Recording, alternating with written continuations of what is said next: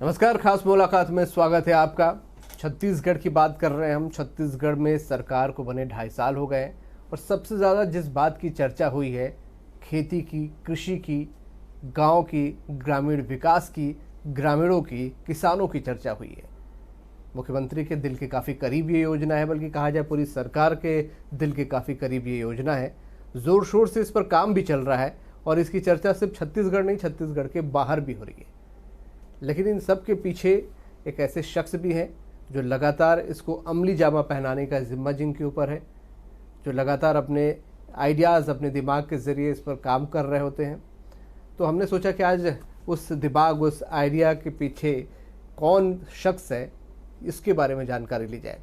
हम मुलाकात करने पहुंचे हैं मुख्यमंत्री के कृषि विकास योजना और ग्रामीण जो विकास है उसके सलाहकार प्रदीप शर्मा जी से। प्रदीप शर्मा जी, बहुत बहुत स्वागत है आपका। नमस्कार। प्रदीप जी, बहुत सारे लोग आपके नाम से जानते हैं और इतना जानते हैं कि मुख्यमंत्री के सलाहकार के तौर पर आप लगातार काम कर रहे हैं। हम क्या आपकी योजनाएं हैं, क्या सलाह आप दे रहे हैं, क्या सोच रही है सरकार, उसके बारे में तो बात करेंगे ही, लेकिन ये सलाहकार की शुरुआत कहाँ से हुई, हम वो जानना चाहेंगे। आप छत्तीसगढ़ के किस हिस्से से आते हैं, कहाँ आपकी स्कूलिंग वगैरह हुई? छत्तीसगढ़ में रतनपुर बहुत प्रसिद्ध स्थान है।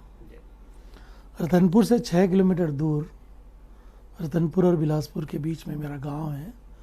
उस गांव का नाम है ग्राम अकलतरी।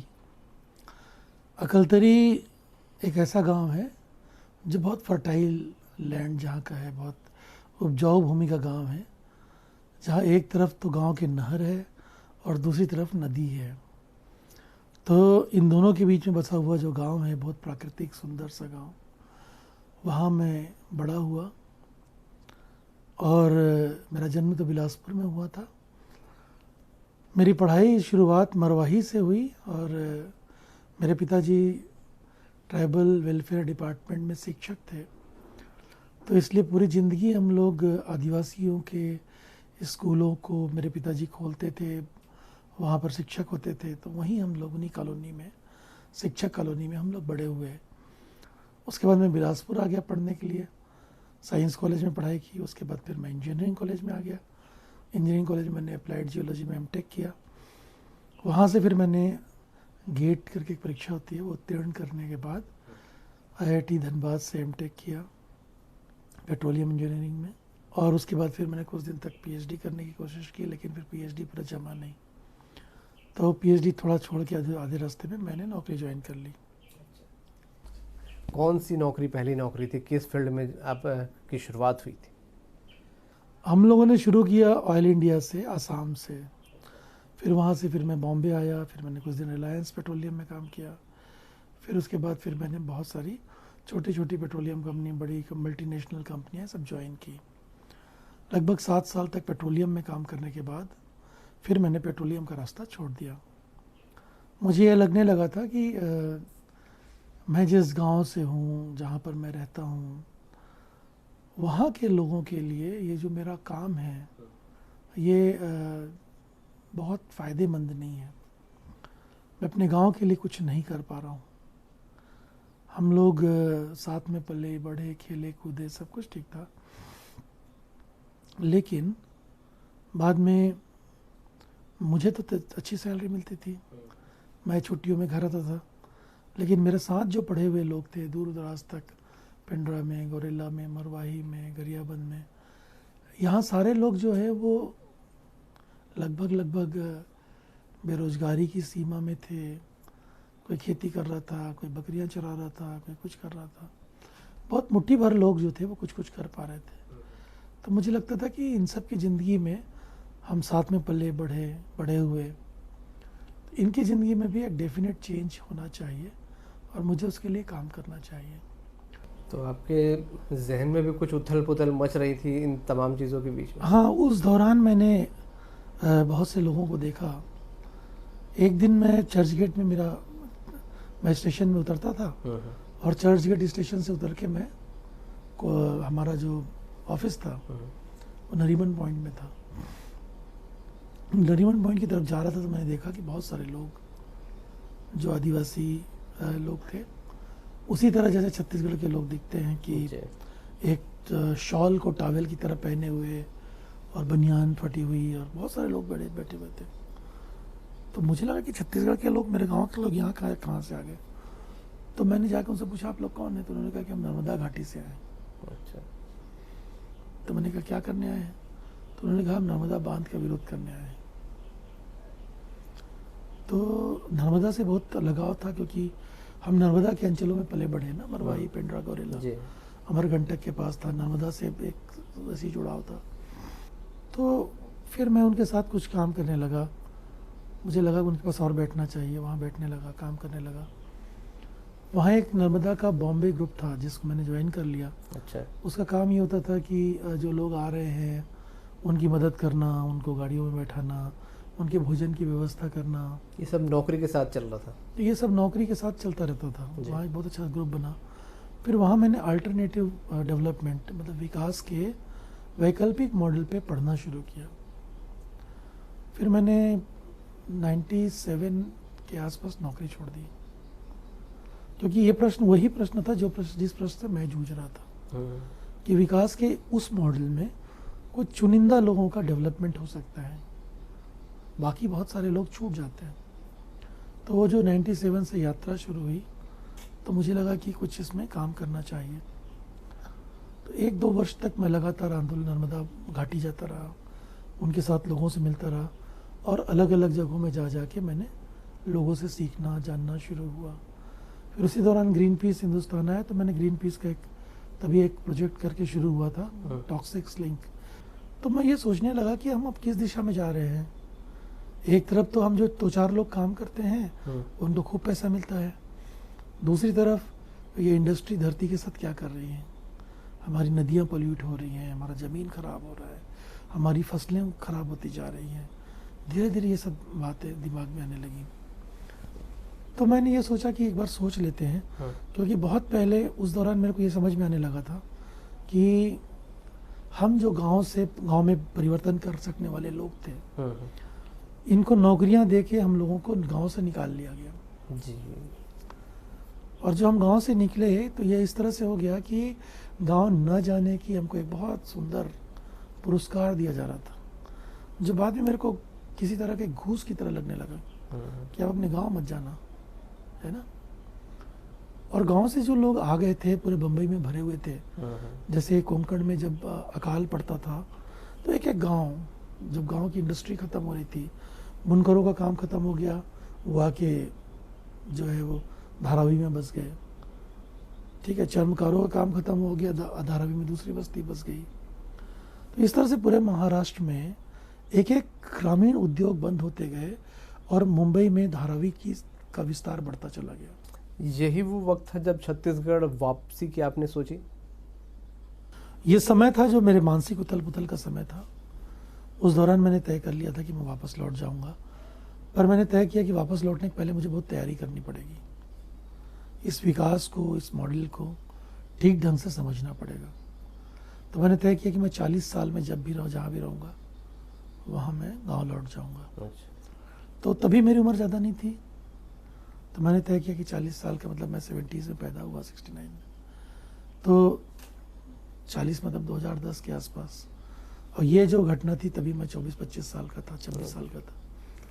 तो मैंने ये तय किया कि भाई ऐसा करते हैं कि थोड़ा पढ़ लेते हैं, थोड़ा दुनिया को देख लेते हैं। तो मैंने देखा दुनिया को अपने ढंग से, अपने नज़रिए से देखा, और हमेशा ये ध्यान में रहा कि मुझे छत्तीसगढ़ 40 साल में लौट जाना है।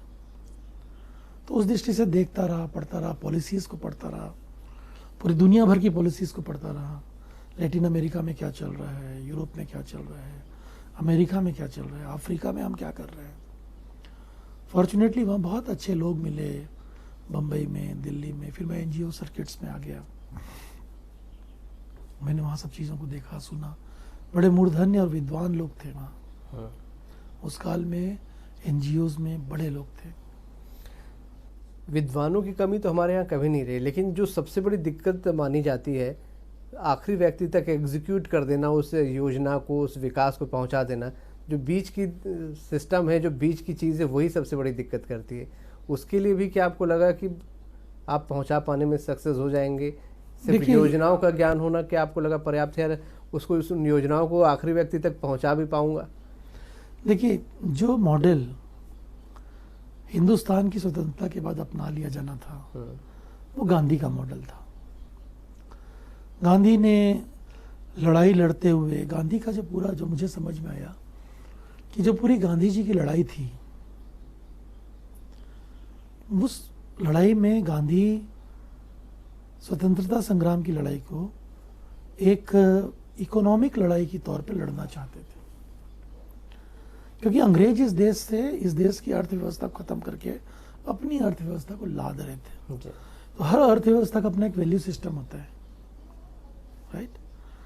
तो उसका जो मूल्य होता है अर्थव्यवस्था का, जैसे ग्रामीण अर्थव्यवस्था का वैल्यू सिस्टम करुणा है, प्रज्ञा है, प्रेम है ना, सहअस्तित्व है, साहचर्य है, अभय है, स्वावलंबन है, यह ग्रामीण व्यवस्था का है। और ग्रामीण व्यवस्था से विकास नहीं होता ऐसी बात नहीं है। ग्रामीण अर्थव्यवस्था से बहुत विकास होता है। हम बहुत दुनिया के 1890 तक हम दुनिया के जीडीपी के लगभग 22% तक हम थे, ग्रामीण अर्थव्यवस्था से थे, ठीक है। लेकिन अंग्रेजों ने इंडस्ट्रियल अर्थव्यवस्था हमारे पर ला दी। उसके कारण हमारे सब चीज़ों को, हमारे गांव में अलग अलग करघों को तोड़ा, हमारे व्यवस्थाओं को ख़त्म किया, तेल घानी ख़त्म की, जो जो उत्पादन हो सकता था सबको ख़त्म किया, और हम अपनी इंडस्ट्री से चीज़ें लाई, ठीक है। और ये बताने की कोशिश की कि हम जो गांव में रहते हैं वो दकियानूसी है, पुरानी है, घटिया है, लगातार बताने की कोशिश किया।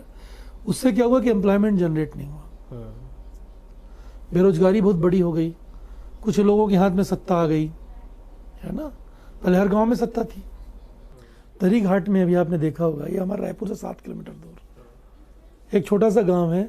वहाँ जो 11वीं 12वीं 13वीं शताब्दी के जो बाजार निकले हैं, उन बाजारों में ग्रीक सिक्के निकले हैं।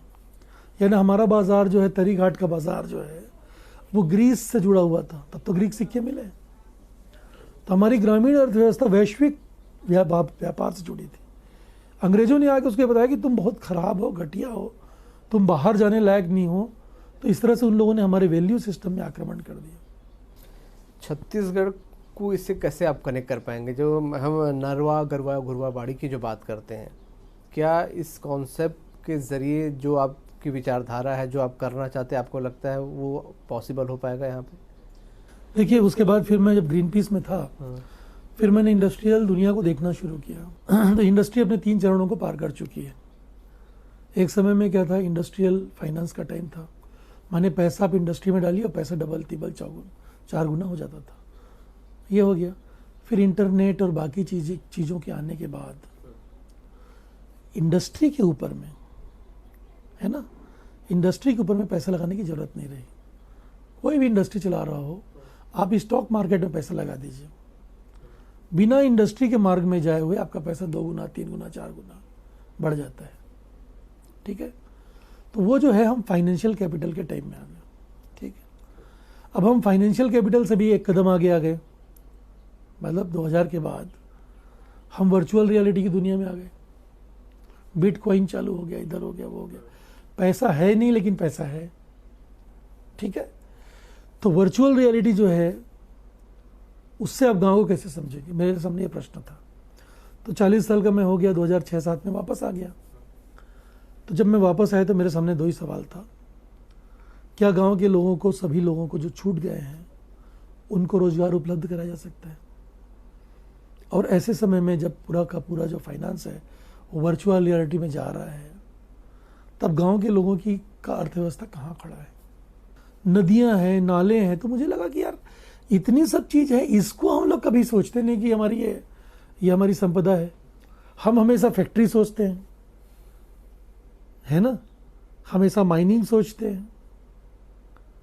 जबकि हम धरती का ठीक से उपयोग करें तो आपको बहुत ज़्यादा जो है अपने ज़रूरतों के लिए इतनी सारी माइंस और जंगल काटने की ज़रूरत नहीं है। फिर मैंने ये तय किया कि स्थानीय संसाधनों को विकसित करना, उसको इस लायक बनाना कि उसमें ह्यूमन जो एफर्ट्स है वो इंड्यूस हो सके। मतलब उसको इतना अच्छा बनाना कि उसमें मानवीय श्रम का महत्तम निवेश हो सके। जैसे मिट्टी अच्छी रहनी चाहिए तो ज़्यादा फसल होगा। तो मैं ये सब सोचता रहता था। उसी दौरान आदरणीय भूपेश बघेल जब मुख्यमंत्री, मेरे मित्र थे, पुराने मित्र थे, भाजपा के बहुत सारे साथी भी मित्र थे, तो सबसे बातचीत होती रहती थी। तो उसमें ये बहुत थी, चूँकि ये भी गाँव के व्यक्ति हैं और उन्होंने उन सब चीज़ों को बहुत ध्यान से देखा था, है ना। वो गांव में रहते हुए पॉलिटिकल आदमी बने थे, मैं गांव में मानसिक रूप से रहता हुआ इंडस्ट्रियल आदमी बना था। तो जब भी हम मिलते थे तो हमारी बातचीत होती थी सब विषयों पे।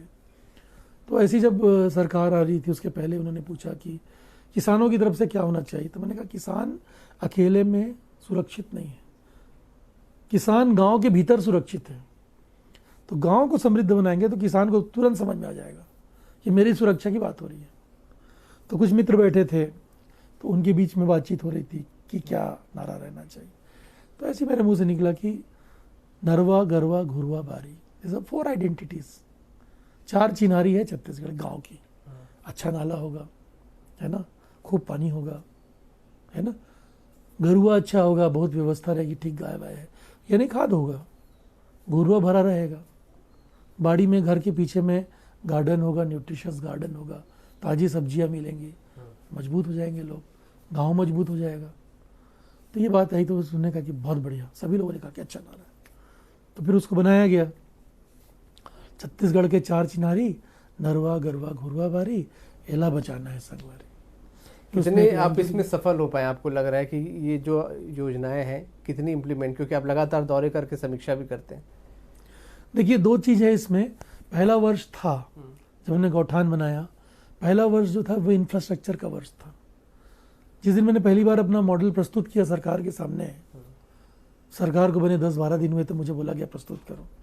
तो मैंने जब पहला प्रस्तुत किया मॉडल, तो सबसे पहला सवाल जो ब्यूरोक्रेट ने उठाया वो ये, बहुत सही सवाल था, वो ये था कि गायों के लिए ज़मीन कहाँ से आएगी, 15 एकड़ की बात कर रहे हो, गाँव में तो पूरा इंक्रोचमेंट है, नहीं आएगी, 5% में करके देख लेते। मैंने कहा नहीं, यदि ये गांव की वास्तविक जरूरत है तो गांव वाले जमीन छोड़ देंगे।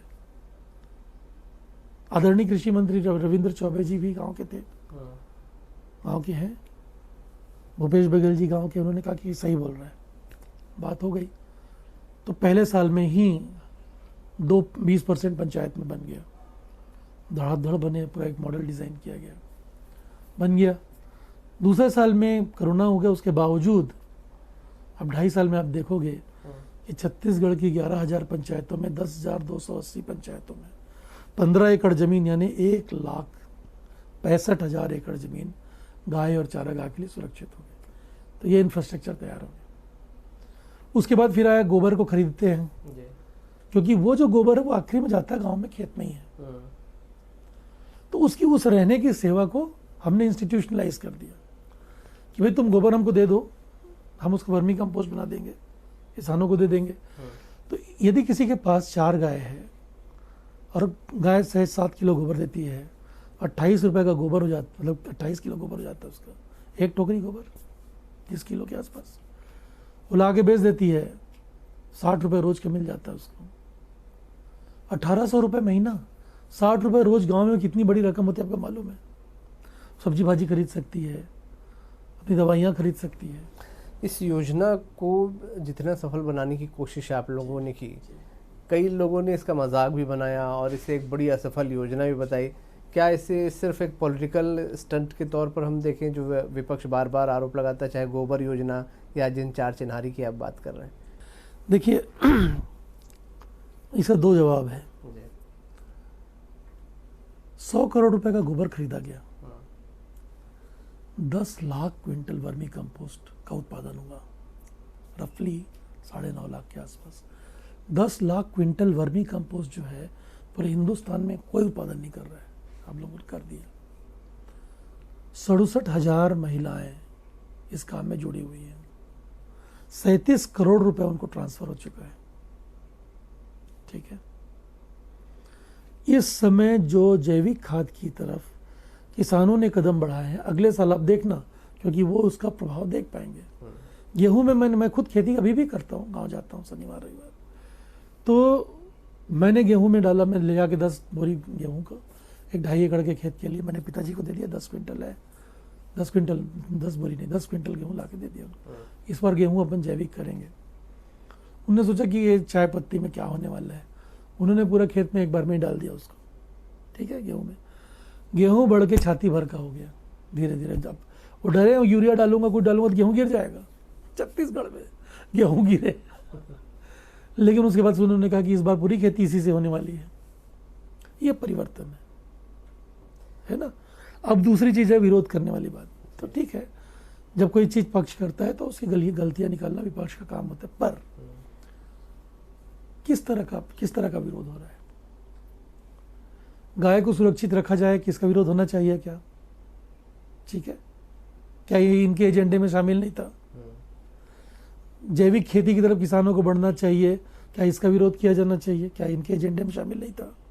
ठीक है, क्या गौठानों के भीतर में लोगों को रोजगार मिलना चाहिए, ये इनके एजेंडे में शामिल नहीं था? क्या ऐसा नहीं होना चाहिए? क्या नदियों को सुरक्षित रखना चाहिए या नहीं रखना चाहिए? क्या इसका विरोध हो सकता है? क्या लोगों के घर की बाड़ी में अच्छी ताजी हरी फूल फल सब्जियां मिलें, इसका विरोध हो सकता है या करना चाहिए? नहीं करना चाहिए। तो जब ये इसमें जो पूरा का पूरा मामला है, इसमें वैचारिक तौर पे इसका विरोध संभव नहीं है, तो यही एकमात्र रास्ता है, उसको सब जानते हैं, ठीक है। अब रही बात की बेरोजगार, कई बार एक बार दो बार मैंने भी देखा था कि कुछ लड़के रोजगार हमको चाहिए और ये गोबर उठवा रहे हैं और ये कर रहे हैं। जो रोजगार आपको चाहिए वही रोजगार बस नहीं है दुनिया में। छत्तीसगढ़ में 18% लैंडलेस लेबर है, ठीक है। छत्तीसगढ़ में 52% ऐसी महिलाएं हैं जिनके पतियों के पास 2 एकड़ से कम जमीन है। इनके लिए कितना इंडस्ट्री लगाओ, कितना पोल्यूशन करोगे? जो गांव में होने वाली चीजें वो लगाइए। अगले आने वाले कुछ समय में क्या हम उम्मीद करें कि जो समस्या आपके साथ आई कि छत्तीसगढ़ छोड़ के जाना पड़ा और फिर बड़े शहर में नौकरी करनी पड़ी, लेकिन मन विचलित हुआ बहुत सी चीज़ों से, छत्तीसगढ़ के युवा को यहाँ पर नौकरी मिल सकेगी, या नौकरी शब्द इस्तेमाल ना करें, काम मिल सकेगा, वो ज़्यादा सही होगा? देखिए, वर्चुअल रियलिटी के बाद एक नया फेस आ रहा है ऑगमेंटेड रियलिटी का, है ना। यानी कि कोरोना ने अभी क्या कर दिया, कोरोना ने एक बहुत मतलब चीज़ों को मेजर शिफ्ट में डाल दिया। अब आप किसी को इंटरव्यू लेने के लिए नहीं बुलाते, लोग परीक्षा देने नहीं जाते, घर में बैठे पढ़ाई हो रही है, घर में बैठे परीक्षा हो रही है, घर में बैठे चीज़ें हो रही है। तो इस दौरान में लोगों को अपने गांव में रहने से पैसा नहीं मिलेगा ऐसी बात नहीं है, बहुत पैसा मिल सकता है। अब उसको फिजिकली कहीं जाने की ज़्यादा ज़रूरत नहीं है, फिजिकली उसके पास स्किल होना चाहिए और एक सुंदर जगह होना चाहिए जहाँ सांस लेने के लिए साफ हवा हो, पीने के लिए साफ पानी हो। रिवर्स माइग्रेशन का टाइम है पोस्ट कोविड एरा, इसमें ये योजना अचानक बहुत रिलीवेंट हो गई है। अचानक ये योजना जो है ये बहुत ही कारगर हो गई है। एक सवाल बार बार दिमाग में भी आता है और अक्सर उठता भी है कि गांव के युवा तो वहाँ पले बढ़े हैं, वो काम कर लेंगे, लेकिन क्या शहर के युवाओं के लिए भी इस व्यवस्था में कोई जगह है? बिल्कुल। देखिए, नरेगा शुरू हुआ है ना, कितने वर्ष हो गए नरेगा को शुरू हुए? काफी साल हो गए, बहुत साल हो गए, 10-15 साल, 10 साल हो गए कम से कम। अब जो नरेगा शुरू हुई है वो ग्रामीण व्यवस्था के लिए हुई थी। आज तक शहरी नरेगा खोज पाए क्या? क्यों नहीं खोजे? खोजना चाहिए, है ना। लेकिन हम सोच रहे हैं कि शहरों के लिए हम लोग अभी 3rd जनरेशन जो इंडस्ट्रियल लाइफ है, ठीक है ना, जिसमें आप कंप्यूटर बनाते हैं, ये बनाते हैं, वो करते हैं, सॉफ्टवेयर असेंबलिंग, सब ये 3rd जनरेशन में आ जाता है। इसका दिन पूरा हो गया। अभी इसी को वापस चालू करेंगे हम लोग, हम चाइना से या बाकी जगहों से कम्पीट नहीं कर पाएंगे, है ना। तो हम लोगों को ये इन्वेस्ट करना चाहिए एआई में, आर्टिफिशियल इंटेलिजेंस में। हमको इन्वेस्ट करना चाहिए जो 4th जनरेशन की नई टेक्नोलॉजी। कुछ दिन पहले अभी यहाँ पर ताइवान के एक बहुत ही बड़े आदमी जो इंडस्ट्री के मास्टर माने जाते हैं, वहाँ के प्रोफेसर साहब का, वो आए यहाँ पर और उन्होंने कहा कि छत्तीसगढ़ में जो चीज़ें हैं, जो धातुएं हैं यहाँ पर, उससे हम टंगस्टन और कार्बाइड्स, इन सब चीज़ों को मिला के बहुत ही अपर ग्रेड नए किस्म का हार्डवेयर बना सकते हैं। हमको उस दिशा में काम करना चाहिए। तो आए थे यहाँ पर, उसी तरह से अभी हम लोग कोशिश कर रहे हैं कि बाहर की यूनिवर्सिटीज़ जो हैं वो आए, क्योंकि सिंगापुर के बाद जो है अमेरिकन या यूरोपियन यूनिवर्सिटीज़ जो है वो उनका कोई और जगह नहीं, उनका कोई बाहर कैंपस नहीं है। तो यहाँ की स्थानीय यूनिवर्सिटीज़ के साथ उनको मिलाया जाए, बैठाया जाए। जब हम अमेरिका में थे तो उसके बारे में बातचीत हुई थी, और उसके बाद कोरोना हो गया तो थोड़ा मामला रुक गया है। तो छत्तीसगढ़ में दो तरह का विकास चाहिए होगा। 75% लोग जो गांव में रहते हैं उनके लिए बहुत सुंदर चीज़ है, बहुत अच्छी व्यवस्था, जिससे गांव में पैसा रुका रहे और वो पूरी दुनिया में एक साथ अपना काम कर सकें। दूसरा जो शहर है, इसके अंदर में हमको जो लेटेस्ट टेक्नोलॉजी है पूरे वर्ल्ड की, वो जहाँ जाके खड़ी हो रही है उसके आगे की चीज़ को लाना चाहिए। उस दिशा में सरकार काफ़ी अच्छा काम कर रही है, पर वो चीज़ें चूँकि अभी पाइपलाइन में हैं। जैसे एथेनॉल एक बात है ना, जिस समय एथेनॉल की बात हुई थी तो बहुत से लोगों ने कहा कि भूपेश बघेल पेट्रोल धान से एथेनॉल बनाएगा तो नोबेल पुरस्कार मिलना चाहिए। ठीक है, हमारे पास कोई रास्ता नहीं था, एथेनॉल सोचा गया। हम लोगों ने भूपेश जी को बताया कि एथेनॉल कर सकते हैं, उन्होंने कहा बिल्कुल करिए। और फिर वो उसको लेके गए 2 बार 3 बार, तो पहली बार में तो डिनाई हो गया, लेकिन दूसरी बार में जब उनको समझ में आया कि हाँ ये तो बहुत अच्छी चीज़ है, तो आज ये है कि उनकी फाइलें हमसे तेज मूव हो रही हैं। मोदी जी ने उसको अपना एजेंडा बना लिया है, E20, अब तो E100 बोलते हैं, है ना। उस पेट्रोल को खरीदने में, मैं पेट्रोलियम इंजीनियर, मैं जानता हूँ कितना पैसा सरकार का फॉरेन एक्सचेंज में जाता है पेट्रोल खरीदने में, है ना। तो वो पैसा आप रुक जाएगा आपका, भाई स्टार्च ही है ना, उसको कन्वर्ट करना है आपको। तो ये जो चीज़ें हैं, हम लोगों को इस तरह से देखा जाना चाहिए कि हम एक तरफ नरवा गरवा घुरवाबारी कर रहे हैं, दूसरी तरफ एथेनॉल जैसी चीज़ों को सोच रहे हैं, तीसरी जगह हम लोग इंडस्ट्रीज़ और यूनिवर्सिटीज़ और एजुकेशन में सोच रहे हैं। आत्मानंद इंग्लिश मीडियम स्कूल आपने देखा ही है, मुख्यमंत्री जी ने कितनी अच्छी योजना लाई, आज उसके लिए लाइन लगी हुई है, बेस्ट स्कूल है वो। नवोदय के बाद ये पहला इंटरवेंशन है किसी राज्य का। तो ये सरकार ऐसा नहीं कि पॉलिसी के लेवल पे कम है। तो आने वाले दिनों में हम पूरी उम्मीद कर रहे हैं कि जो योजनाएं हैं वो ज़मीन पर दिखने लगेंगी, जो बीज आप लोगों ने बोया है वो फल के रूप में लोगों को मिलने में दिख रही हैं सर, और दिखने लगेंगी नहीं, दिख रही हैं। गांव के साथ साथ शहर में भी ये योजनाएं इम्प्लीमेंट हो जाएंगी और खुशहाल छत्तीसगढ़ की जो विज़न है वो पूरा होगा। बहुत शुक्रिया आपका, आपसे बात करने के लिए। तो हमारे साथ प्रदीप शर्मा जी थे, विजनरी व्यक्ति हैं, और कहाँ से उनकी शुरुआत हुई थी, कहाँ तक वो पहुँचे हैं। छत्तीसगढ़ के एक गांव से शुरू करते हुए मेट्रोज़ और दुनिया भर घूमते हुए वापस छत्तीसगढ़ पहुँचे हैं। मन में बहुत सारे थॉट्स, बहुत सारी योजनाएं लेकर कि छत्तीसगढ़ को समृद्ध बनाना है, लेकिन ऑर्गेनिक तरीके से गांव को समृद्ध करके समृद्ध बनाना है। और ये योजना ज़मीन पर दिखने भी लगी है, लोग समृद्धि की ओर बढ़ भी रहे हैं, और भी बहुत सारी योजनाएं जो आने वाले वक्त में हमको नज़र आएंगी। खास मुलाकात में इतना ही, दीजिए इजाज़त।